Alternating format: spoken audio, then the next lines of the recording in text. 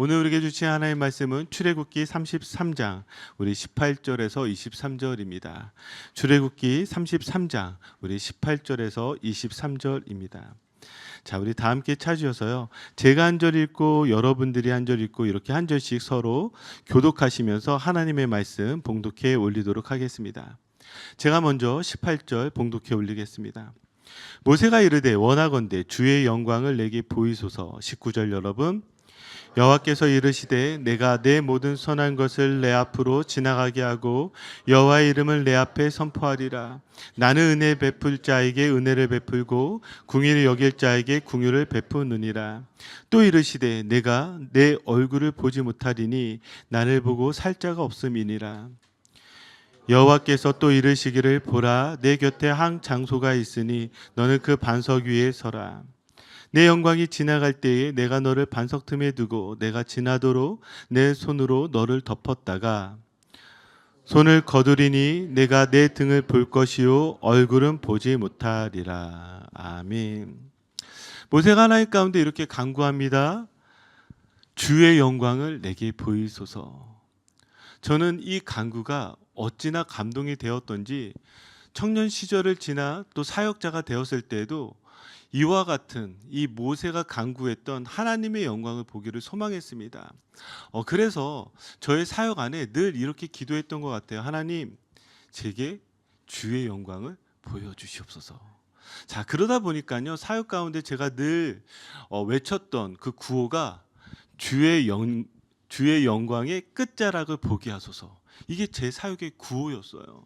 그래서 제가 LA 사랑의 교회 2010년도 12월에 부임하게 되었는데요. 거기서 이제 청년 사역을 하면서 참 하나님께서 크신 은혜를 주셨습니다. 그러면서 제가 다시 이 구호를 꺼낸 거예요. 청년들과 늘 제가 가장 많이 외쳤던 것이 주의 영광의 끝자락을 보게 하소서.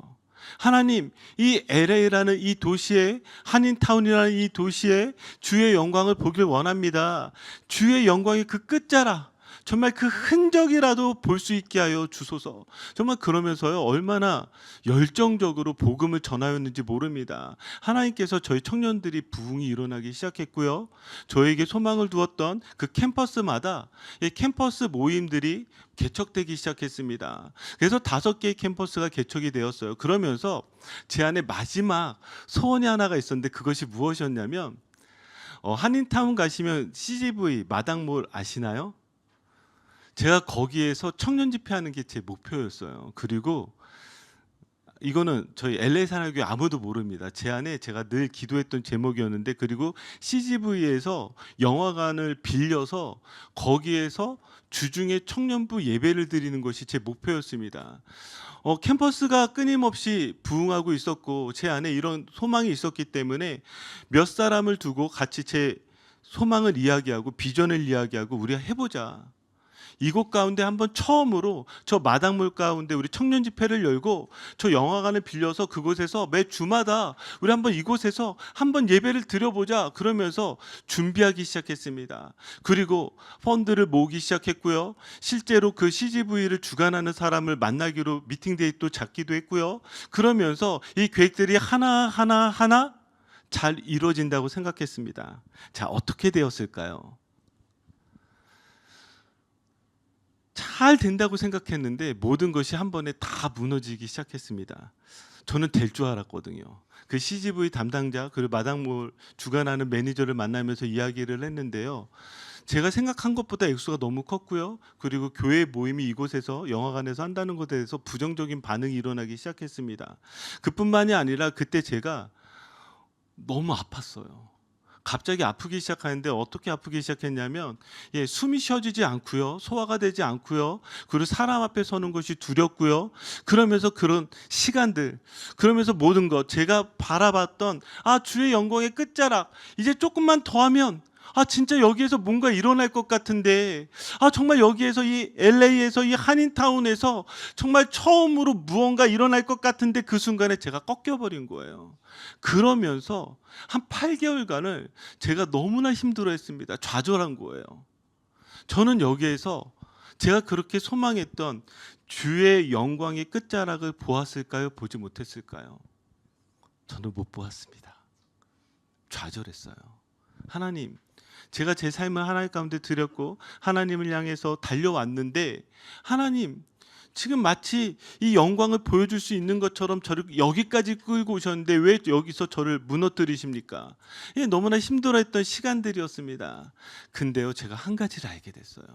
이후에 시간이 지나고 이 말씀을 다시금 묵상을 하면서 제가 너무나 사랑했던 이 말씀인데 제가 이 말씀을 잘못 해석했더라고요. 이거 아무데나 적용시키면 안 되는 말씀인데 이거를 제가 저에게 어떻게 적용을 했냐면 마치 주의 영광의 끝자락을 보여주십시오 하면서 이게 주의 영광이 아니라 내 영광이었어요.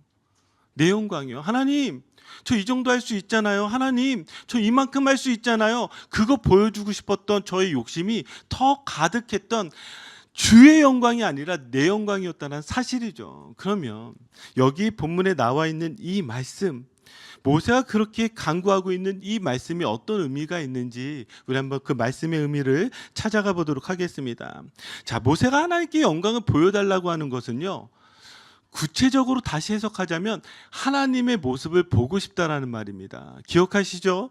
벌써 2주나 지났으니까 기억 못 하시겠지만 지지난주의 말씀을 기억해 보면 모세는 지금 하나님의 모습을 보여달라고 간구하는 거예요. 왜 하나님의 모습을 보고 싶다라고 간구했을까요? 하나님께서 더 이상 이스라엘과 함께 하시지 않겠다라고 말씀하셨기 때문에 그래요.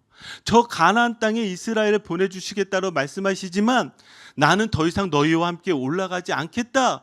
그 말씀에 모세는요, 지금 하나님, 아니요, 우리와 함께 하셔야 됩니다. 하나님의 영광, 하나님의 모습을 보여주십시오라고 그렇게 간구하는 것이죠.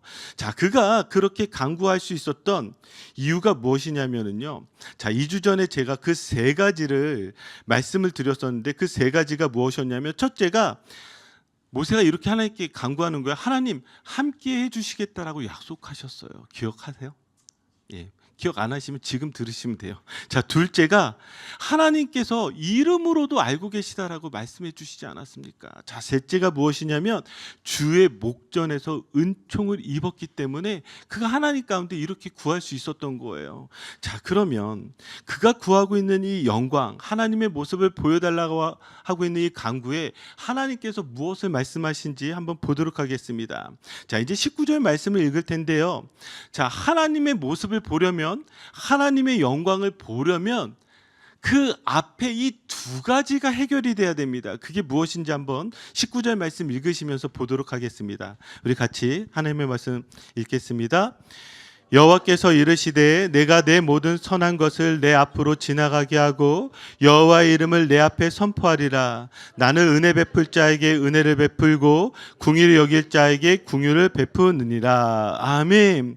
자, 여기에 지금 두 가지를 말씀을 하시는데 그 두 가지가 무엇이냐면 내 모든 선한 것을 내 앞으로 지나가게 하고, 자, 두 번째는 무엇이냐면 여호와의 이름을 내 앞에 선포하리라. 자, 이 두 가지예요. 그런데 이 두 가지마다 어떻게, 어디에 지금 하나님께서 말씀하시죠? 앞에 선포하라는 거예요. 앞에. 그러니까 지금 하나님을 만나려면 그 앞에 이 부분이 해결되어져야 되는데 그것이 두 가지라는 것입니다. 그럼 먼저 내 모든 선한 것을 내 앞으로 지나가게 하고, 이 선하심이 무엇인지를 우리가 알 필요가 있는데요. 이 선하심이라고 하는 것은요, 하나님의 속성 혹은 하나님의 성품을 말하죠. 하나님은 선하시다. 자, 그러면 하나님은 선하시다라고 했을 때 이 선하심이 무엇을 나타내느냐? 성경 안에서 두 군데에서 한번 여러분들이 보실 수가 있는데요. 마가복음 10장 18절을 보시면 예수께서 이르시되 내가 어찌하여 나를 선하다 일컫느냐? 하나님 한 분 외에는 선한 이가 없느니라. 아멘. 자, 지금 부자 청년이 예수님을 찾아왔어요. 그러면서 이렇게 예수님께 질문하는 거예요. 선한 선생님이요, 제가 어떻게 하여야 영생을 얻을 수 있습니까? 그러니까 예수님이 이렇게 대답해 주시는 거예요. 말씀을 지켜라. 그랬더니 이 부자 청년이 뭐라고 대답을 하냐면 저는 어렸을 때부터 하나님의 율법, 이 말씀을 다 지켰습니다.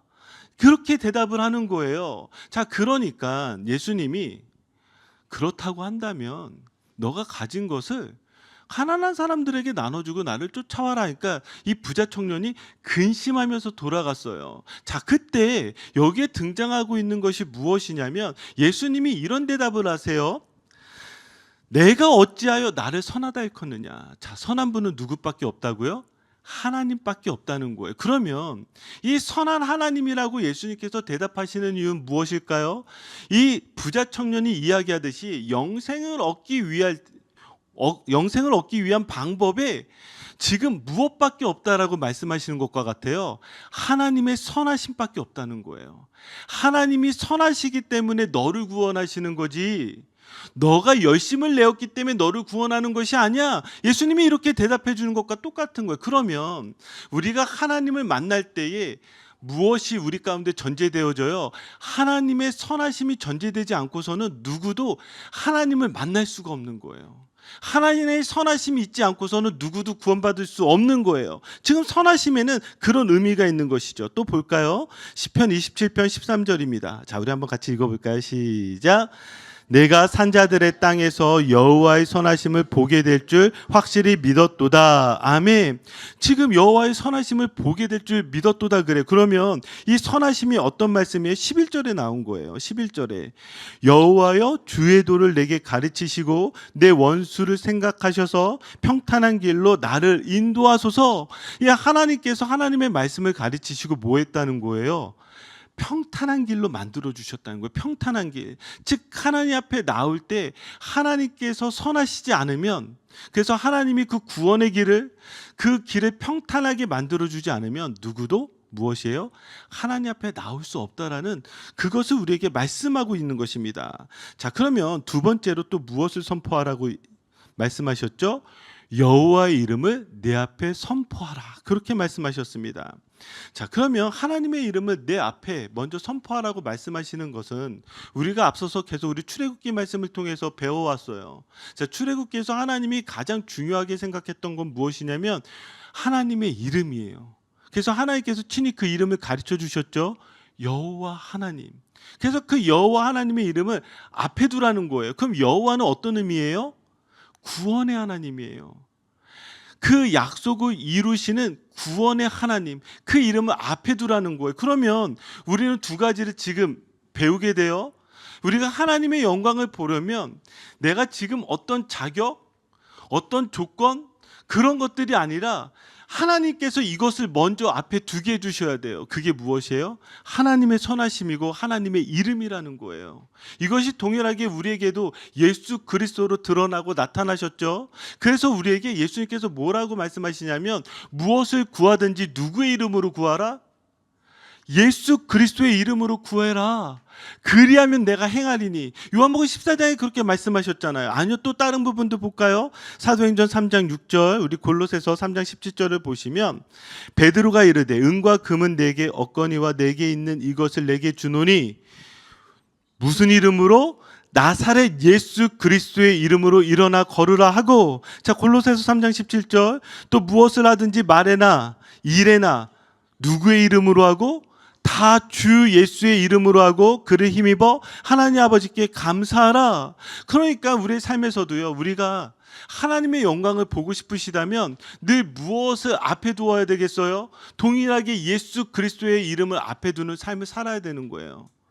여러분, 오늘 우리가 이곳에서 예배를 드리고 하나님을 섬기는 것은 누구의 이름으로 해야 됩니까? 예수 그리스도의 이름으로 하는 거예요. 예수 그리스도의 이름으로. 저는요, 가끔 우리는 이제 장로교니까, 그러나 뭐 은사주의라든지 신비주의에서는요, 우리 병을 고칠 때요, 가장 중요한 법칙이 하나가 있어요. 누구의 이름으로 기도하죠? 예수 그리스도의 이름으로 기도해요. 저는요, 이것도 맞다고 생각해요. 왜요? 예수 그리스도의 이름 자체 능력이 있잖아요. 그러니까 우리의 병 가운데도 예수 그리스도의 이름을 선포하는 거예요. 여러분들의 비즈니스에서도 예수 그리스도의 이름을 선포하는 거예요. 이게 마치 주문처럼 하면 그것이 능력이 아니겠지만 우리 안에 무엇을 다시금 생각하게 하는 거예요? 가장 먼저 돼야 되는 것은 예수 그리스도의 이름이라는 사실이죠. 여러분 믿으시죠? 그렇다고 한다면 여러분 한번 여러분들의 삶의 현장마다 예수 그리스도의 이름을 먼저 앞세우시기를 주님의 이름으로 축복합니다. 자, 그러면서 이 두 가지를 말씀하시면서 하나님이 이렇게 표현하십니다. 은혜 베풀 자에게 은혜를 베풀고 긍휼히 여길 자에게 긍휼히 베푸느니라. 자, 이 말 자체를 곰곰이 생각해 보면 어떤 말이 되냐면 지금 하나님의 선하심 그리고 하나님의 이름이요 모든 사람들에게 다 받아들여지지 않아요. 여러분 예수 그리스도를 믿으십니까? 예, 믿으신 분들은 아멘 하시잖아요. 그런데요, 그게 여전히 믿겨지지 않는 사람들이 있어요. 모든 은혜가요, 모든 사람들에게 주어지는 게 아니라 그것들이 받아들여지는 사람들이 있어요. 여기에도 동일하게 하나님의 선하심과 하나님의 이 구원이요, 모든 자들이 아니라요, 은혜 베풀 자에게 은혜가 베풀어지고요, 긍휼히 여길 자에게 긍휼이 베풀어진대요. 그럼 이거를 조금 더 우리 해석을 해보자면은요, 여기 은혜를 베풀고라는 이 말을 좀 더 펼쳐서 해석을 하자면 이렇습니다. 어떤 사람이 어떤 것을 필요로 할 때 그것을 아낌없이 주는 것. 여기서 베풀다는 거예요. 하나님 은혜를요, 그냥 야 너는 요만큼만 받아가 아니라 그 사람이 생각하는 것보다 어떻게 해요? 차고도 넘칠 정도로. 그래서 이것을 정말 와 이런 감탄사가 나올 정도로 지금 하나님께서 은혜를 베풀어 주시겠다는 거예요. 누구에게요? 은혜를 받을 만한 사람에게요. 자, 그리고 여기 긍휼히 여길 자에게 이 긍휼을 베풀다라는 이 긍휼이라는 이 단어는요, 어떤 뜻이에요? 이 긍휼은요, 여성의 자궁을 뜻합니다. 그러니까 어미가 자기의 뱃속에 있는 그 아이에게 느끼는 그 감정이요. 저는 잘 모르겠어요. 제가 애를 뵌 적이 없어서. 아마 여성분들은 잘 아실 거예요. 그 감정이요. 이거는요, 남자들이 죽었다 깨어나도 알 수가 없어요. 그럼 왜 죽었다 깨어나 알 수? 이거는요, 정말 너무나 큰 자비와 그 사랑 아니겠습니까? 바로 그렇게 하나님께서 긍휼을 베풀어 주시겠다라는 거예요. 그러면 우리는 이 말씀을 듣고 여러분들이 여기서 캐치하고 여기 붙잡으셔야 되는 건 뭐냐면, 하나님, 제가 은혜 받을 만한 사람이었으면 좋겠습니다. 제가 긍휼히 여김을 받는 사람이었으면 좋겠습니다. 하나님을 향해서 끊임없이 갈망하는 사람, 하나님을 향해서 끊임없이 목마른 사람, 그 사람을 향해서 성경은 끊임없이 우리에게 다시 말씀하세요. 그런 자에게 은혜를 베풀고요, 그런 자에게 긍휼히 베푸는 거예요. 여러분, 신앙생활 가장 잘하는 사람은 어떤 사람이냐면 바로 이런 사람들과 같은 거예요. 제가 이것을 알아서 제가 여러분들 앞에서 이렇게 어떤 분이 그러셔요. 목사님 왜 이렇게 늘 불쌍해 보이세요? 이게 은혜예요. 불쌍해 보이니까 긍휼이 있잖아요. 어떤 사람은 그러다 목사님은 건강해 보이는데 왜 늘 아프세요? 걱정이 되잖아요. 이런 얘기 듣거든요. 이게 은혜예요. 하나님 저를 보실 때 얼마나 긍휼히 여기시고 불쌍히 여겨주시고 힘을 주시겠어요? 저는요, 여러분들이 이게 저를 닮으라는 게 아니라 신앙에서 일해야 된다고요. 신앙에서. 우리가 신앙생활을 하는데 난 다 알아. 나는 말씀도 다 알고 뭐 말할지도 다 알고 어떻게 해야 될지도 다 알아. 이런 신앙생활이 아니라요. 우리의 신앙생활은요, 어떤 신앙생활이 되어줘야 되냐. 하나님, 저 은혜가 필요해요.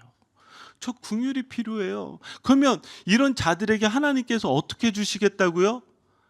차고도 넘치게 그 은혜를 베풀어 주시고 그 긍휼을 우리에게 주시겠다라고 말씀하십니다. 이런 은혜가 여러분들에게 있기를 주님의 이름으로 축복합니다. 아멘.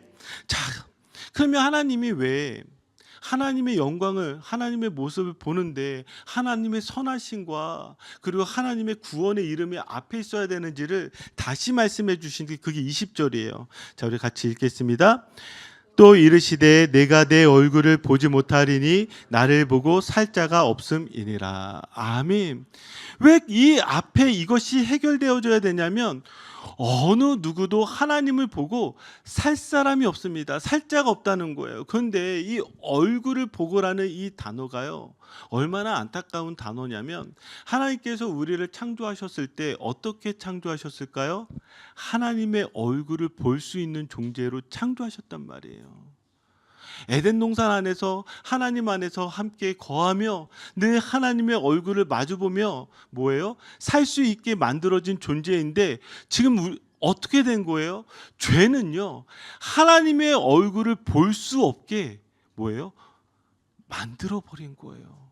그러니까 아담과 하와가 범죄한 이후에 가장 먼저 했던 건 무엇이었죠? 나무 뒤에 숨는 것이었습니다. 그리고 감히 하나님의 얼굴을 바라보지 못하는 것이었죠. 자, 그렇기 때문에 우리는요, 죄로 인해서 하나님과 피조물 사이에 채울 수 없는 막혀 있는 간격과 벽이 있다는 걸 여러분들이 기억하셔야 되죠. 그러면 우리는 어떻게 하나님을 볼 수 있을까요? 하나님을 볼 수 있는 것을 하나님은 이렇게 다시 표현하셨어요. 자, 예수 그리스도를 통해서 하나님을 볼 수 있다라고 말씀하셨어요. 요한복음 14장 9절을 볼까요? 예수께서 이르시되 빌립아 내가 이렇게 오래 너희와 함께 있으되 내가 나를 알지 못하느냐?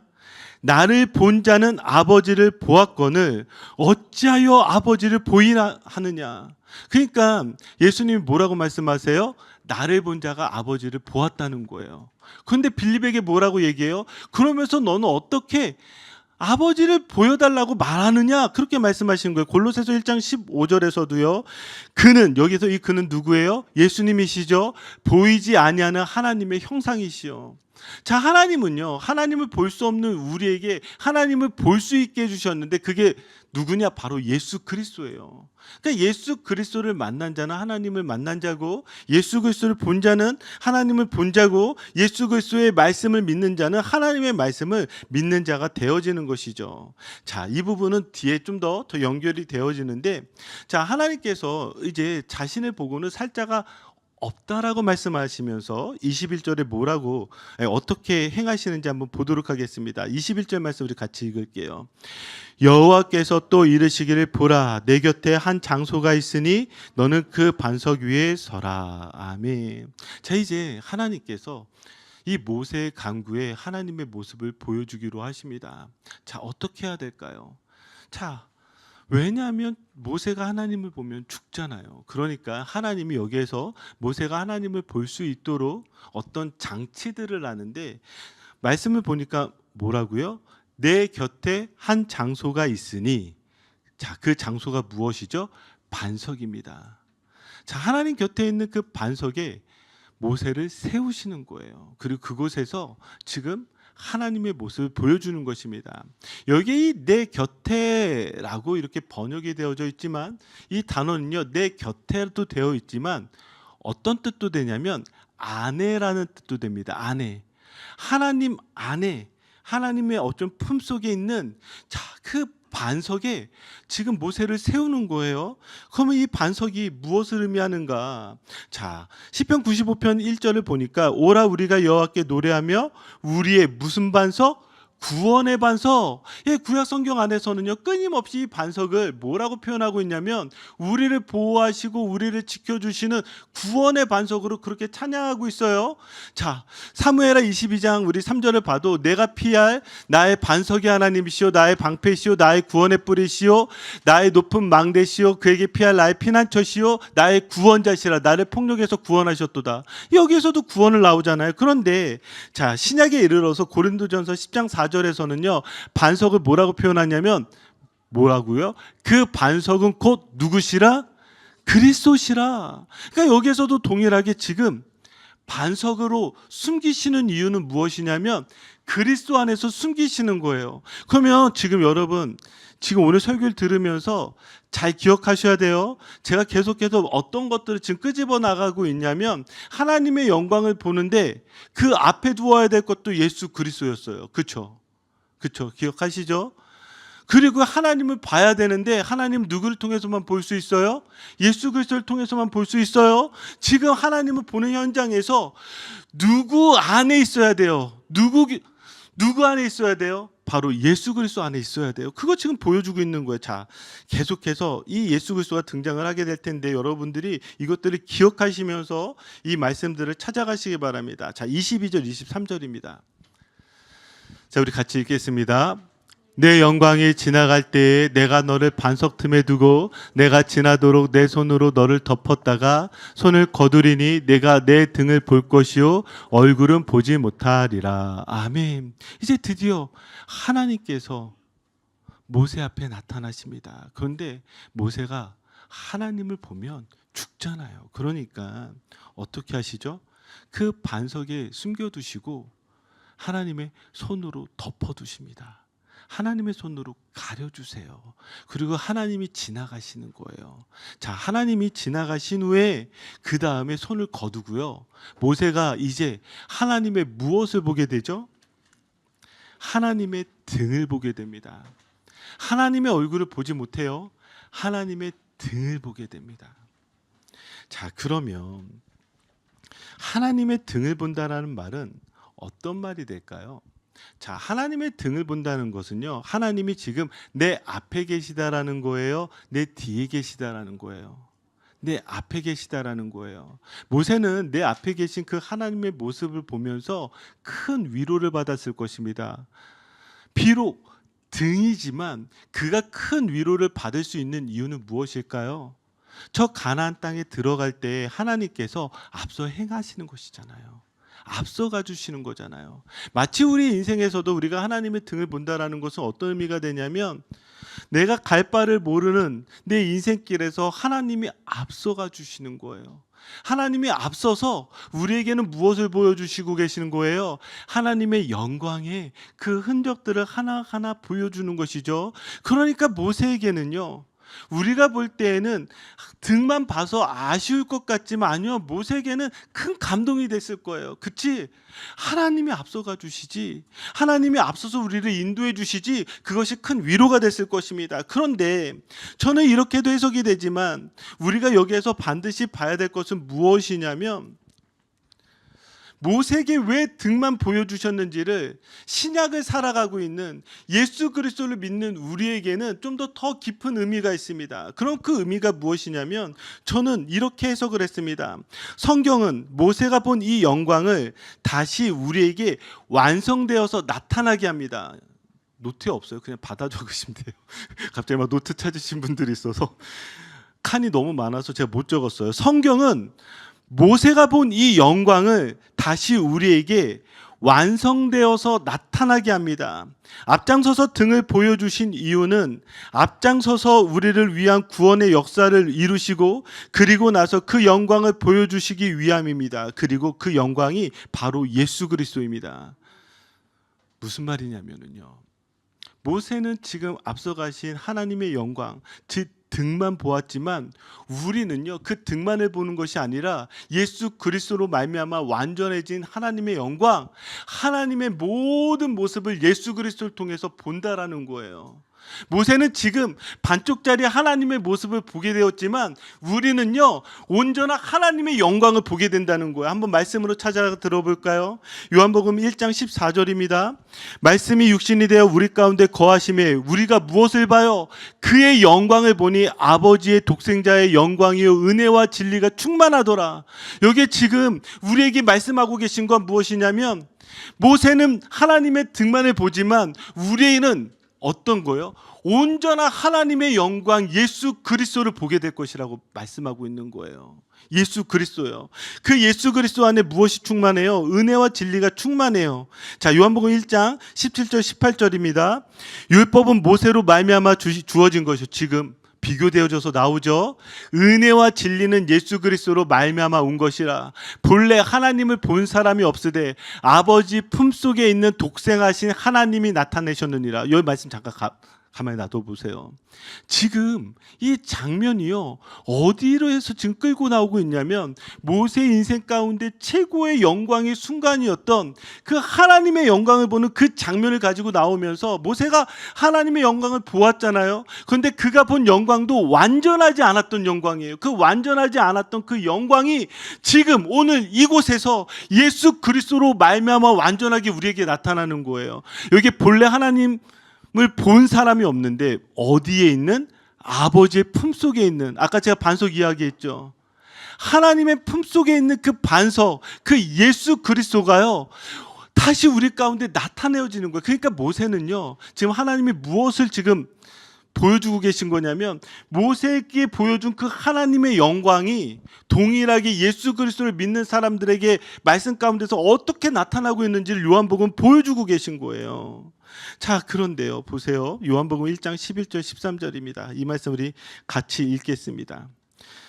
자기 땅에 오매 자기 백성이 영접하지 아니하였으나 영접하는 자 곧 그 이름을 믿는 자들에게는 하나님의 자녀가 되는 권세를 주셨으니 이는 혈통으로나 육정으로나 사람의 뜻으로 나지 아니하고 오직 하나님께로부터 난 자들이니라. 아멘.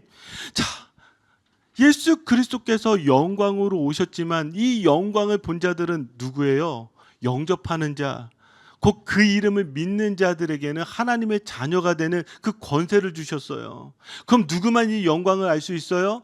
예수 그리스도를 나의 구주로 고백하는 자들만 예수 그리스도가 영광인 줄 아는 거예요. 그런데 예수 그리스도를 나의 구주로 고백하지 않는 자들은요, 여전히 무엇이에요? 예수 그리스도의 영광을 보지 못하는 거예요. 이 말씀을 한번 출애굽기 말씀으로 가지고 들어가 보면 그들은 하나님이 함께 거하시는 그 놀라운 하나님의 영광 안에 있어야 되지만 그들이 그 하나님의 영광을 보지 못하니까 그 자리에 무엇으로 채워요? 그 자리를요, 황소에 자기들의 욕망을 채워줄 그 신의 모습으로 그 자리를 채우지 않습니까? 그리고 그곳에서 그들은 여전히 그것들이 나의 하나님이라고 생각하면서 늘 찬양하고 기뻐하고, 하나님께서 가장 싫어하셨던 것이 그것이잖아요. 동일하게 우리에게로 다시 그런 끄지고 와서 우리가 신앙생활을 하는데 여러분들이 원하시는 하나님의 영광은 무엇입니까? 내 비즈니스가 대박이 내고, 그리고 내가 돈을 더 많이 벌고, 내 노후가 편안하고, 내 모든 것들이 잘 되어지는, 여러분들이 그것만을 바라보고 그것들이 이루어지지 않는다고 해서 하나님, 왜 내게 하나님의 영광이 나타나지 않죠? 왜 내 인생에서 하나님이 느껴지지 않죠? 동일하게 예배 가운데서도 제가 끊임없이 말하잖아요. 하나님이 느껴지지 않는다고 해서 하나님이 여러분들을 버리신 것이 아니라 여러분들이 하나님을 버리셨기 때문에 하나님이 느껴지지 않는 거예요. 이게 얼마나 안타까운 일이에요. 얼마나 슬픈 일이에요. 그러면 우리가 바라봐야 되는 그 놀라운 하나님의 영광은 무엇인 줄 아십니까? 제가 놓쳤던 가장 중요한 한 가지, 하나님께서 나라는 존재를 너무나 사랑하셔서 죽을 수밖에 없는 나를 위해서 예수 그리스도가 찾아와 주신 거예요. 그 나를 위해서 죽으셨단 말이죠. 십자가에서 죽으시고 나를 살리시고 하나님의 사람으로 세워주셨는데, 이 영광이, 이 감동이, 이 감격이 내 안에서 사라지기 시작하니까 뭐예요? 이것들을 자꾸 놓치기 시작하니까 무너지기 시작하는 거예요. 그러니까요, 그 영광의 자리에 자꾸 나의 헛된 욕망만을 채우는 거예요. 그런데 보세요, 사도 바울이요, 저와 같은 고민이 있을 때 그가 이렇게 고백하는 거예요. 고린도후서 4장 6절을 보시면 어두운 데에 빛이 빛이라 말씀하셨던 그 하나님께서 예수 그리스도 얼굴에 있는 하나님의 영광을 아는 빛을 우리 마음에 비추셨느니라. 여기는 이 예수 그리스도의 얼굴에 있는 하나님의 영광을 아는 빛, 성경 전체에서요, 예수 그리스도의 얼굴에 광채가 나온 장면은 오직 한 곳밖에 없습니다. 어딘 줄 아십니까? 변화산이요. 변화산에서 예수 그리스도께서 광채를 비추셨어요. 그럼 변화산은 무엇이에요? 예수 그리스도께서 우리를 위하여 십자가에서 죽으실 것이라고, 우리를 위해서 십자가에서 죽으실 것이라고 선포했던 자리예요. 그곳에 하나님이 영광의 빛을 비춰주셨어요. 바울은 그것을 알고 있었어요. 바울은요, 빛으로 찾아오신 예수 그리스도를 만났을 때 저 빛은 다른 빛이 아니라 나를 살리기 위한 빛이구나. 그러니까 그가 그 빛을 알게 되니까요, 이렇게 고백하는 거예요. 7절부터 말씀 읽어드리겠습니다. 우리가 이 보배를 질그릇에 가졌으니 이는 힘이 큰 능력은 하나님께 있고 우리에게 있지 아니함을 알게 하려 함이라. 우리가 사방으로 우겨쌈을 당하여도 쌓이지 아니하며 답답한 일을 당하여도 낙심하지 아니하며 박해를 받아도 버림받지 아니하며 거꾸러뜨림을 당하여도 망하지 아니하고 우리가 항상 예수의 죽음을 몸에 짊어짐은 예수의 생명이 또한 우리 몸에 나타나게 하려 함이라. 아멘. 우리가 항상 예수의 죽음, 이 십자가를 몸에 짊어짐은요, 예수의 생명이 우리 안에 나타나게 하기 위해서입니다. 목사에게 있어서 최고의 영광이 무엇인 줄 아십니까? 교회가 부흥하는 것이요? 교회가 커지는 것이요? 아니요. 제가 너무나 사랑하는 우리 성도들이 그 성도들의 마음에 하나님을 아는 그 예수 그리스도의 얼굴 가운데 있는 그 빛이 비춰지는 거예요. 여러분, 한 사람 한 사람이 말씀 가운데 예수 그리스도를 만나게 되고 말씀 하나하나 가운데 예수 그리스도를 붙잡게 되고 그 생명이 여러분들한테 들어가는 것이 목사에게 최고의 영광 아니겠습니까? 여러분 반드시 여러분들의 인생에서 기억하셔야 될 것은 무엇이냐면, 하나님이 여러분들에게 주시는 최고의 영광은 여러분들의 삶에서 예수 그리스도를 만나는 것입니다. 삶의 모든 순간들마다 여러분들이 지치고 힘들 때마다 다시금 예수 그리스도를 붙잡는 것이고, 여러분들이 가장 즐겁고 가장 화려한 순간에서도 예수 그리스도와 함께하는 것이고, 어느 순간에서도 예수 그리스도와 살아가는 것이 여러분들에게 최고의 영광입니다. 믿으십니까? 전 그런 교회가 됐으면 좋겠고, 그런 성도가 됐으면 좋겠고, 그런 목사가 되었으면 좋겠습니다. 내게 주의 영광을 보이소서라는 이 고백은 오늘도 내 마음 가운데 어두운 가운데 있는 내게 예수 그리스도를 아는, 그 하나님을 아는 영광의 빛을 비춰주십시오. 그렇게 고백하는 기도입니다. 그 기도가 저와 여러분들의 기도가 되기를 주님의 이름으로 축복합니다. 아멘. 우리 같이 기도합시다.